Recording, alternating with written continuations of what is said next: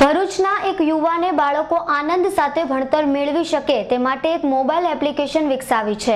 ભારત દેશ ડિજિટલ ક્રાંતિ તરફ આગળ વધી રહ્યો છે, ત્યારે બાળકો પોતાના ઉપયોગથી અભ્યાસ કરી શકે તે માટે ભરૂચમાં કન્સ્ટ્રક્શનના વ્યવસાય સાથે સંકળાયેલ દીપશા નામના યુવાને અનોખી મોબાઈલ એપ વિકસાવી છે। લર્ન એપની મદદથી બાળકો આનંદ સાથે ભણતર મેળવી શકે છે। આ મોબાઈલ એપમાં કોમિક્સના રૂપમાં ઇતિહાસ, વિજ્ઞાન અને ભૂગોળ સહિતના વિષયનું કન્ટેન્ટ પીરસવામાં આવ્યું છે। મારું નામ દીપ શાહ છે અને મેં અને મારી ટીમે મળીને એક ખૂબ સરસ એપ બનાવ્યું છે જે ફ્રી છે અને એ એપનો આઈડિયા ત્યારે આવ્યો જ્યારે અમે ફ્રેન્ડ સ્કૂલમાં અને અમે જોયા કે છોકરાઓ mostly half of the time is spend listening to lectures. એટલે એમના રૂટીન આપણે જોઈએ તો સવારના ઉઠે, સ્કૂલે જાય, લેક્ચર સાંભળે 6-7 કલાક, ઘરે પાછા આવે, જમીને પાછા લેક્ચર સાંભળવા જાય તો એ બોર થઈ જાય કે યાર વિડીયો જોઈએ કે લેક્ચર જ સાંભળ્યા કરવાનું એ બોરિંગ લાગે। એટલે શું કરાય જેનાથી શું અમને ગમતું હતું, અમારે બાળપણમાં શું ગમતું હતું તો અમે કોમિક્સ વાંચતા હતા। જ્યારે અમારે લેક્ચર્સ નહોતું સાંભળવું, ટીવી નહોતું જોતું, અમે શું કરતા હતા, કોમિક્સ વાંચતા હતા। તો એ કોન્સેપ્ટને લઈને અમે ખૂબ રિસર્ચ કરી। આ એપના માધ્યમથી બાળકો રમતની સાથે ભણતર પણ મેળવી શકે છે। ભરૂચના દીપશાએ સિવિલ એન્જિનિયરિંગનો અભ્યાસ કર્યો છે।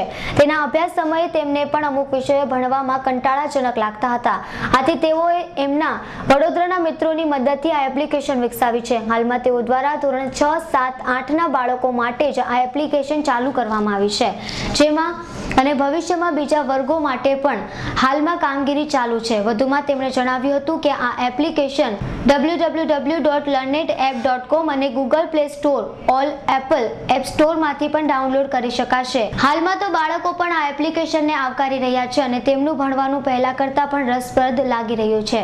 જ્યારે આપણે મને આનું હિસ્ટ્રી, સિવિક્સ, જ્યોગ્રાફી બહુ જ ગમે છે, પણ જ્યારે આ જ સબ્જેક્ટ આપણને સ્કૂલમાં ભણાવવામાં આવે ત્યારે અમુક લોકો ઊંઘી જાય અને અમુક લોકોને બહુ જ બોરિંગ લાગે।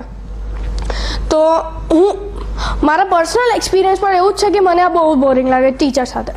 ઘરે આવીને હું જ્યારે મોબાઈલ પર બેસીને આને લર્ન કરું છું ત્યારે મને બહુ જ ઇન્ટરેસ્ટિંગ લાગે છે, કારણ કે આની ઉપર કોમિક્સ છે, પછી ક્વિઝિસ છે જે આપણા ઓનલાઈન ટેસ્ટમાં પણ કામ લાગી શકે છે। બાળકો માટે તો શું કેવી એપ છે?